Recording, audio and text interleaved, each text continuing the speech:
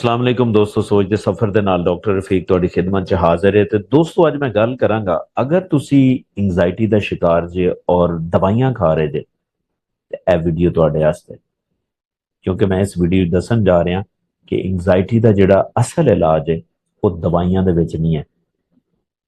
ਮੈਂ ਤੁਹਾਨੂੰ ਥੋੜਾ ਜਿਹਾ ਐਕਸਪਲੇਨ ਵੀ ਕਰ ਦਿੰਦਾ। ਇੰਗਜ਼ਾਇਟੀ ਦੇ ਵਿੱਚ ਜਿਹੜੀਆਂ ਤੁਹਾਨੂੰ ਜ਼ਿਆਦਾਤਰ ਡਾਕਟਰ ਦਵਾਈਆਂ ਦਿੰਦੇ ਨੇ ਨਾ, ਉਹ ਸਲੀਪਿੰਗ ਪਿਲਸ ਹੁੰਦੀਆਂ ਨੇ। ਉਹ ਦਵਾਈਆਂ ਦਾ ਇੱਕ ਗਰੁੱਪ ਹੈ, ਜ਼ਿਆਦਾ ਉਹਦੇ 'ਚ ਹੀ ਤੁਹਾਨੂੰ ਦਵਾਈਆਂ ਦਿੰਦੇ ਨੇ ਜਿਹਨੂੰ ਅਸੀਂ ਬੈਂਜ਼ੋਡਾਇਜ਼ੇਪੀਨ ਕਹਿੰਦੇ ਹਾਂ। ਤੇ ਬੈਂਜ਼ੋਡਾਇਜ਼ੇਪੀਨ ਦੇ ਵਿੱਚ ਕਈ ਅੱਗੇ ਦਵਾਈਆਂ ਨੇ, ਜਿਸ ਤਰ੍ਹਾਂ ਐਲਪਰਾਜ਼ੋਲੈਮ ਜ਼ਿਆਦਾਤਰ ਲੋਕ ਯੂਜ਼ ਕਰਦੇ ਨੇ, ਡਾਇਜ਼ੀਪਾਮ ਹੈ, ਐਲਪਰਾਜ਼ੋਲੈਮ ਹੈ। ਔਰ ਇਹ ਜਿੰਨੇ ਵੀ ਇਸ ਗਰੁੱਪ 'ਚ ਦਵਾਈਆਂ ਨੇ ਨਾ, ਉਹ ਸਾਰੀਆਂ ਹੀ ਸਲੀਪਿੰਗ ਪਿਲਸ ਨੇ।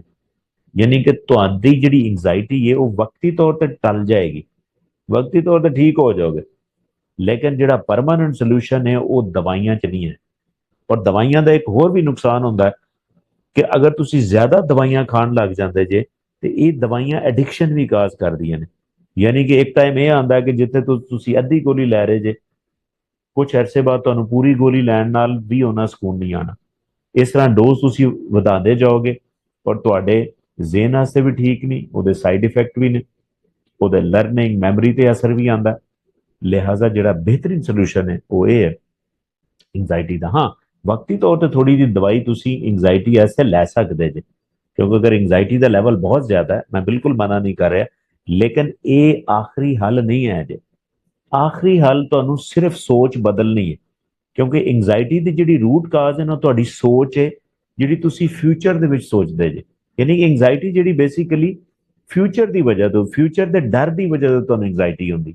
ਤੇ ਉਸ ਸੋਚ ਨੂੰ ਤੁਸੀਂ ਚੇਂਜ ਕਰਨਾ, ਉਹਨੂੰ ਰੀਸਟਰਕਚਰ ਕਰਨਾ। ਯਾਨੀ ਕਿ ਸੋਚ ਬਿਹਤਰ ਕਰੋਗੇ ਤੇ ਤੁਹਾਡੀ ਇੰਗਜ਼ਾਇਟੀ ਮੈਨੇਜ ਹੋਏਗੀ।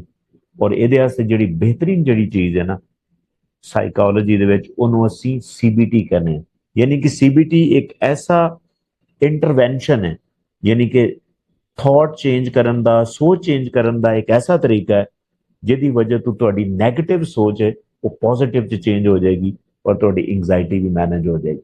ਲਿਹਾਜ਼ਾ ਅਗਰ ਤੁਸੀਂ ਇੰਗਜ਼ਾਇਟੀ ਤੋਂ ਜਾਨ ਛੁਡਾਉਣਾ ਚਾਹੁੰਦੇ ਜੇ ਨਾ, ਤੇ ਐਸੇ ਮੈਂਟਲ ਹੈਲਥ ਪ੍ਰੋਫੈਸ਼ਨਲ ਨੂੰ ਜਾ ਕੇ ਮਿਲੋ, ਸਾਈਕੋਲੋਜਿਸਟ ਨੂੰ ਜਾ ਕੇ ਮਿਲੋ ਜਿਹੜਾ ਸੀਬੀਟੀ ਪ੍ਰੈਕਟਿਸ ਕਰਦਾ, ਕਿਉਂਕਿ ਸੀਬੀਟੀ ਜਿਹੜੀ ਸਭ ਤੋਂ ਬਿਹਤਰੀਨ ਇੰਟਰਵੈਂਸ਼ਨ ਹੈ ਨਾ ਇੰਗਜ਼ਾਇਟੀ ਵਾਸਤੇ, ਉਹ ਸੀਬੀਟੀ।